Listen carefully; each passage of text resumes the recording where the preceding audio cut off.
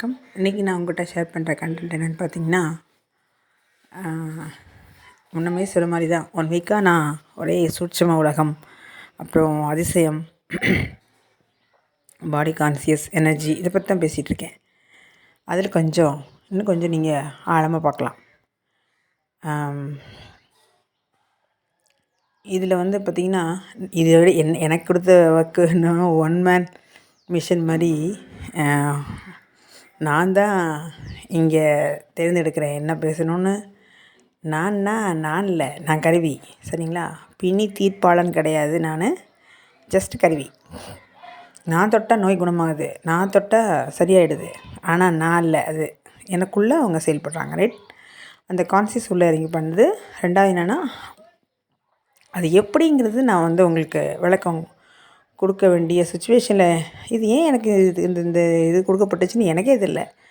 ஏன் கேட்டிங்கன்னா, இதை வச்சு நான் என்ன பண்ண போனேன்னு எனக்குள்ளே எந்த விதமான ஒரு கேள்வி வரல. அதாவது என்னென்னா, எல்லாம் சொல்லுவாங்க, உங்ககிட்ட இவ்வளோ இருக்குங்க, நீங்கள் உங்ககிட்ட கொஞ்ச நேரம் பேசணுன்னே எல்லாம் சரியாயிடுது.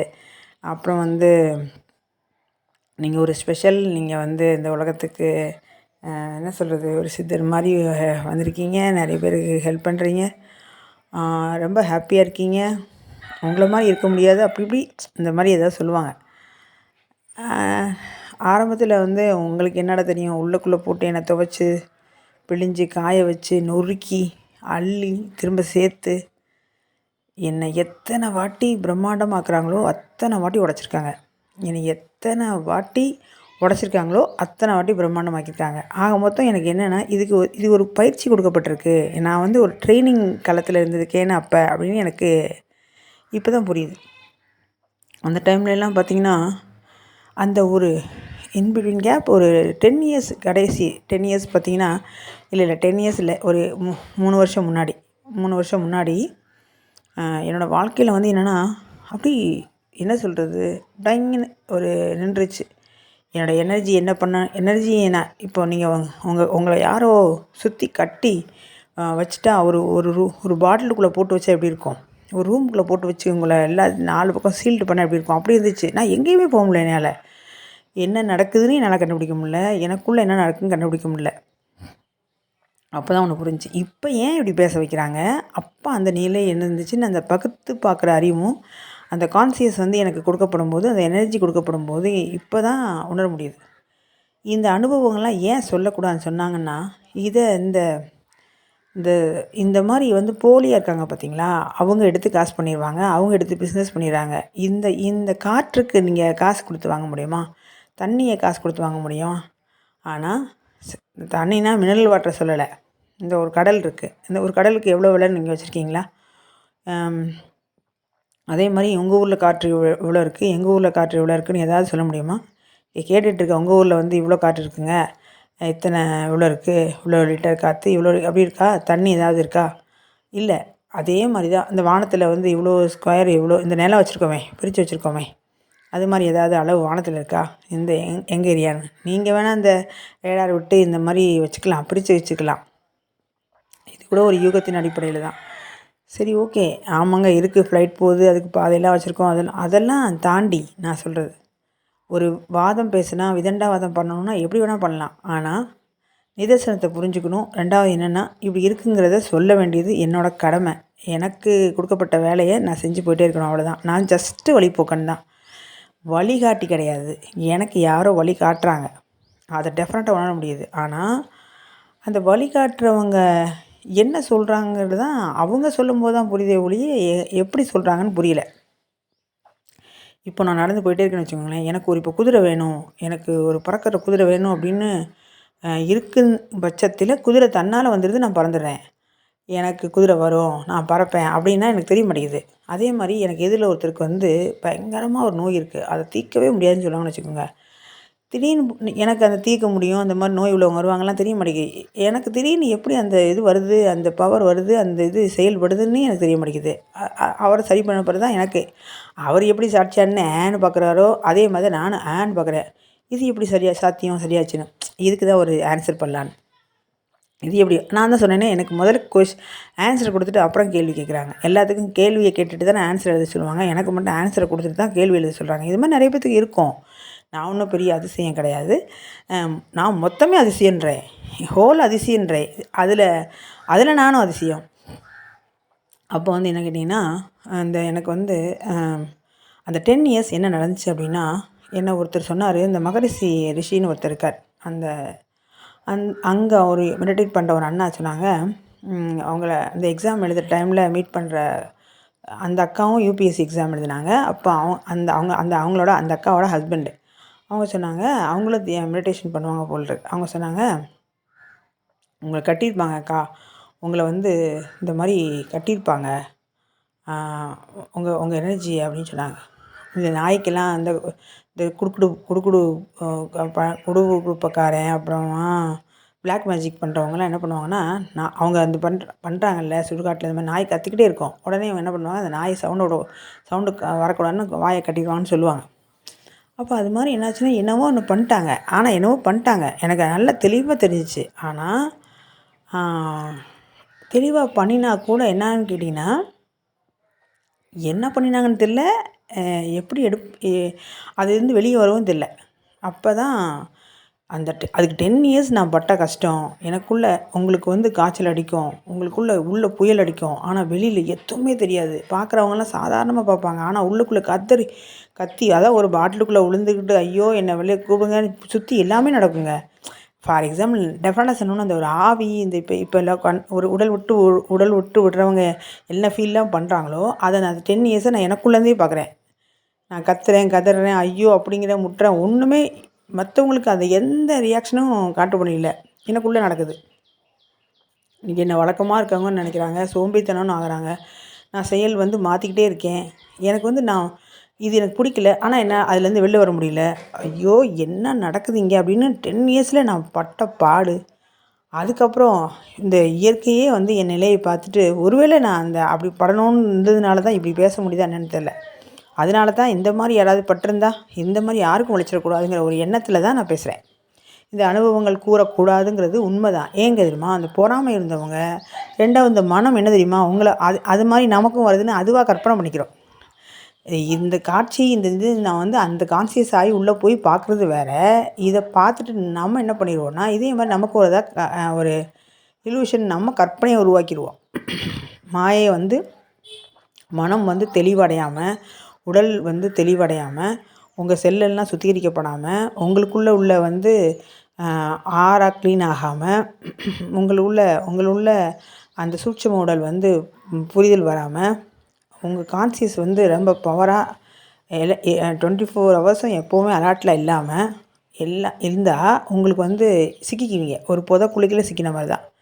அதனால தான் அனுபவத்தை சொல்ல வேணாம்னு சொன்னாங்க. சரி, அப்போ நான் கேட்குறேன், என்னையே எதுக்கு இந்த அனுபவத்தெல்லாம் சொல்ல வைக்கிறாங்க? அதுவும் யூடியூப்பில் போய், அதுவும் யாருனே தெரியாதவங்கள்ட்ட போய், அதுவும் என்னோடய அனுபவத்தை சொல்ல வேண்டிய அவசியம்தான் என்ன வந்தது அப்படின்னு நான் யோசிக்கும் போது தான் இது காலத்தின் கட்டாயம் போல் இருக்குது. அதுக்கு தான் எனக்கு என்ன பண்ணியிருக்காங்கன்னா, ப்ரொடெக்ட் பண்ணியிருக்காங்க. உண்மையை நீங்கள் நம்ப மாட்டீங்க, நான் இருக்க இடத்துல சுற்றி வந்து அந்த காளியோட சக்தி இருக்குல்ல, அந்த மாயான அந்த அந்த மண்டை ஓடெல்லாம் போட்டிருப்பாங்க அவங்கெல்லாம் என்னை வந்து எவ்வளோ ப்ரொடெக்ட் பண்ணாங்கன்னு எனக்கு மட்டும்தான் தெரியும்.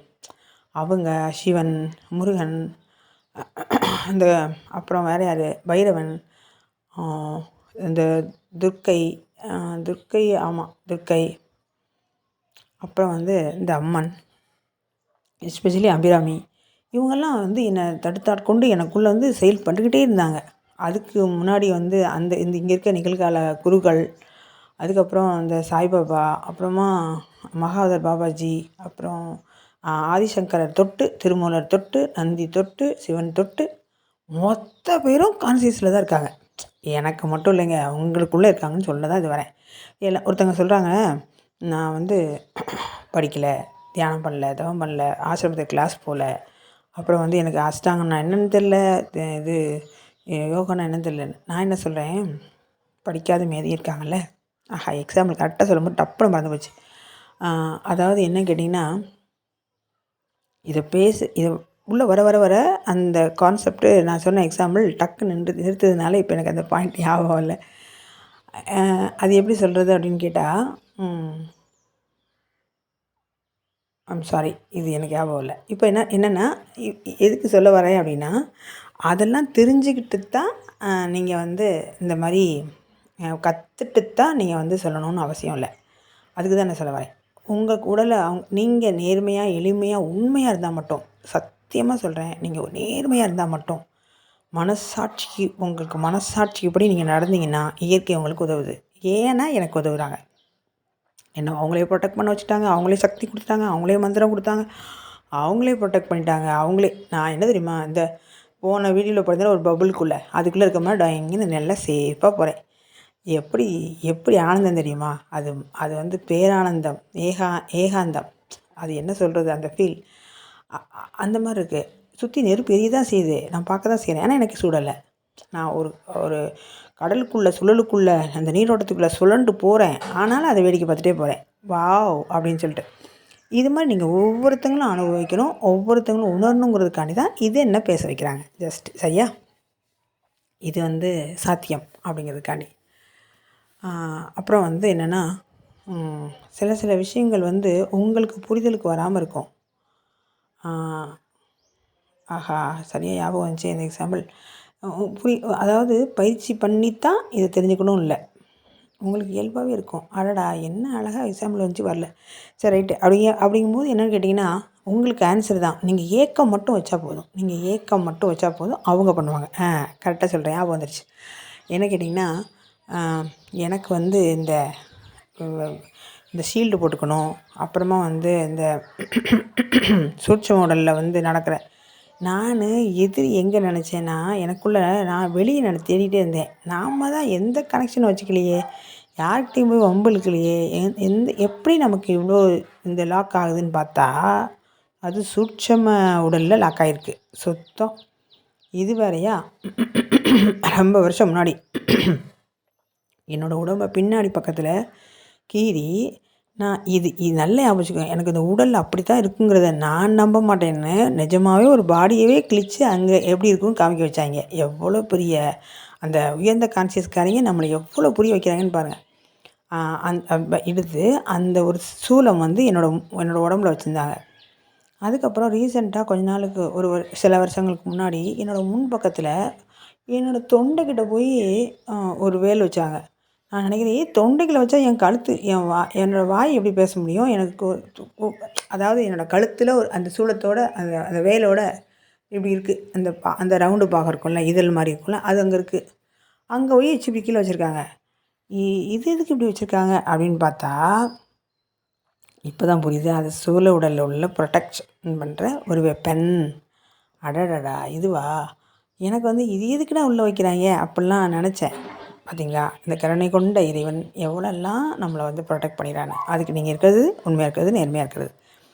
அப்போ ஏன் கேட்டிங்கன்னா, நீங்கள் நன்மையின் இந்த சித்தர்கள் பார்த்தோன்னே எத்தனை ஓட்டம் ஓடுறீங்க. நோய் வேணும், நோய் போகணும், எனக்கு வீடு வேணும், பணம் வேணும், வேலை வேணும், குழந்தை வேணும்னு, வறுமை போகணும்னு ஓடுறோம்ல.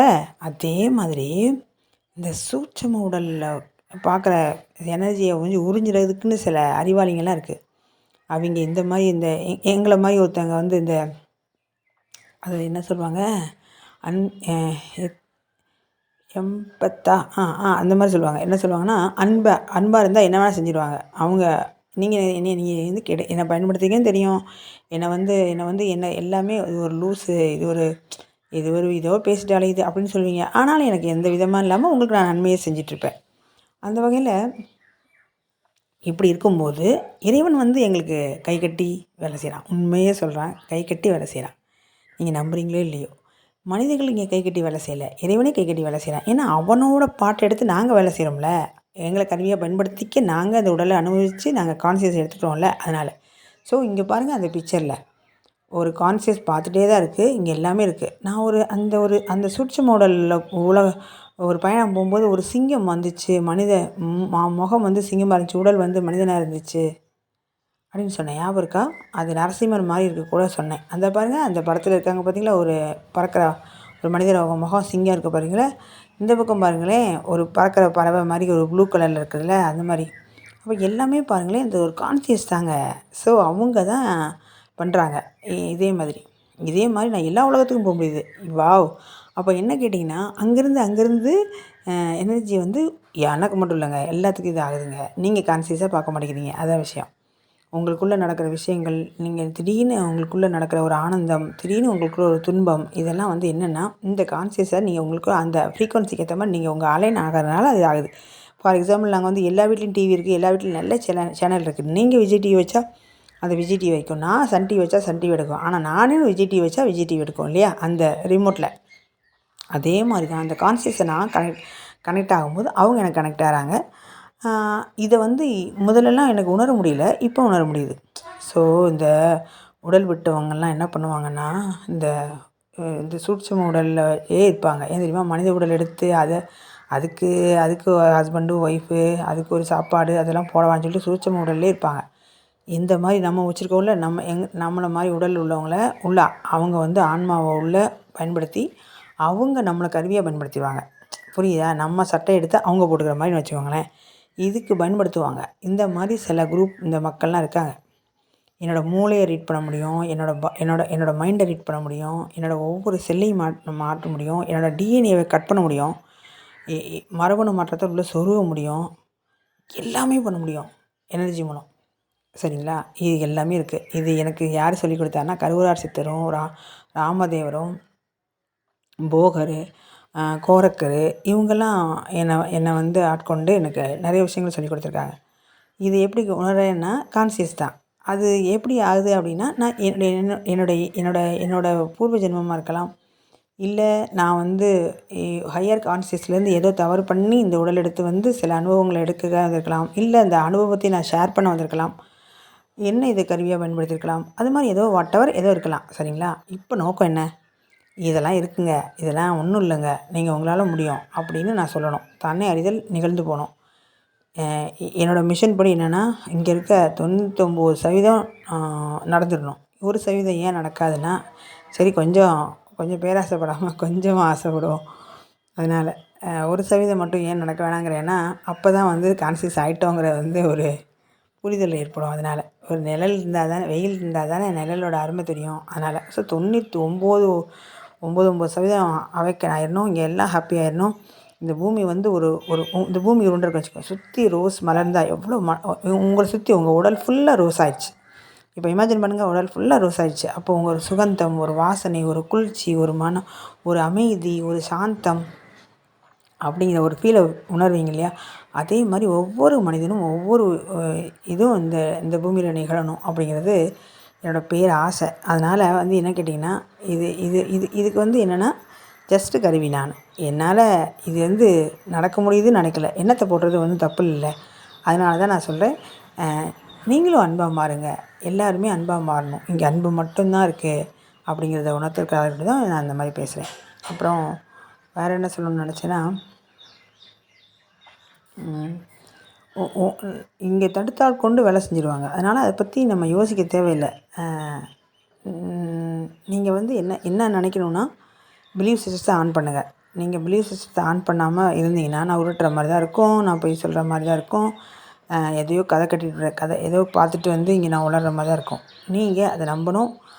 நம்பிட்டு அப்புறம் வந்து என்ன சொல்லணும்னா, உங்களுக்குள்ளே நடக்கிறத நீங்கள் அவேர்னஸாக கான்சியஸாக பார்க்க ஆரம்பிக்கணும். இந்த 10 ஒரு நாளைக்கு வந்து இந்த மாதிரி எல்லா யூடியூப்லேயும் போய் பார்த்து அந்த மண்டையில் வந்து உங்கள் டேட்டாவை ஸ்டோர் பண்ணி 2 நாளைக்கு முன்னாடி என்ன பார்த்தோன்னு தெரியாமல், நமக்கு எங்கே போகணுன்னு தெரியாமல் 8 திசையிலையும் திரைச்சி ஓடாமல், ஜஸ்ட்டு ஒரு யூடியூப்பை பார்த்தீங்கன்னா ஒரு யூடியூப் மட்டும் பாருங்கள். சரி, அதிகபட்சமாக 4, 5 மாதிரி வைங்களேன். நீங்கள் ஒரு நாளைக்கு 20 பார்க்குறீங்க. உங்கள் மனம் அவ்வளோ வேகமாக ஓடுது. ஒரு நாளைக்கு 60,000 தாட்ஸ்னால் நீங்கள் எத்தனை லட்சம் தாட்ஸை உருவாக்குறீங்கன்னு பாருங்கள் இவ்வளோ நாளுக்குள்ளே. ஸோ உங்கள் ரொம்ப டயர்டாகிடுது உங்கள் மூளை. 2வது என்னென்னு கேட்டிங்கன்னா, அதுக்கு எதை தான் நீங்கள் விரும்புகிறீங்கன்னே கண்டுபிடிக்க தெரியல, ஒரு அலைன்மெண்ட் பண்ண தெரியல.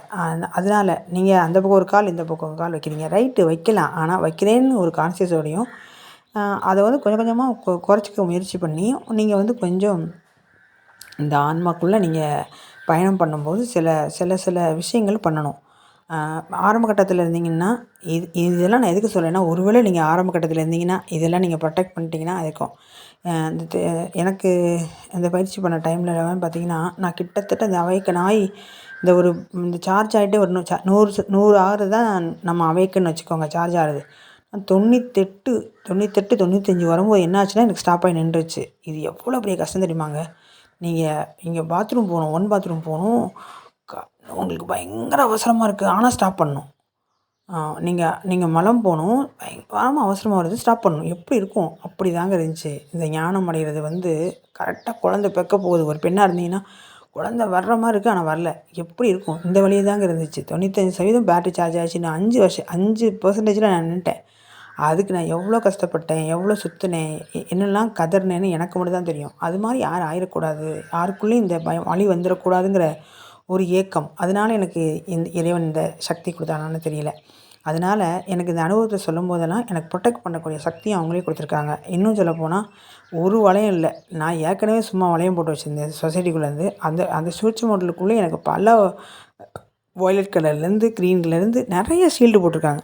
நான் என்ன நினைக்கிறேன்னா இதெல்லாம் என்னத்துக்கு அப்படின்னு தான் நான் வேடிக்கை தான் பார்த்தேனே ஒழிய, அது இப்போ தான் புரியுது. ஒன்றுத்துக்கு ஷீல்டு போட்டிருக்காங்க, என்னை எந்த வகையிலும் உள்ளே டச் பண்ண முடியாமல். அது எஸ்பெஷலி எனக்கு சொல்லணும்னா எனக்கு கருவூரார் தான் சொல்லிக் கொடுத்தாரு. கருவூரார் வந்து எப்படி தெரியுமா, என்னை வந்து தடுத்தாட்கொண்டு சரி இந்த பாப்பா வந்து பாவம் ஒன்றும் தெரியல, பேன்னு முழிச்சிட்ருக்கு, ஆனால் இது இது இது நல்ல மனசாக இருக்குது அப்படின்னு அவர் உணர்ந்தாரா என்னவோ. அதனால் வந்து அது யார் ரெக்கமெண்டேஷனில், சிவனோட ரெக்கமெண்டேஷனில்.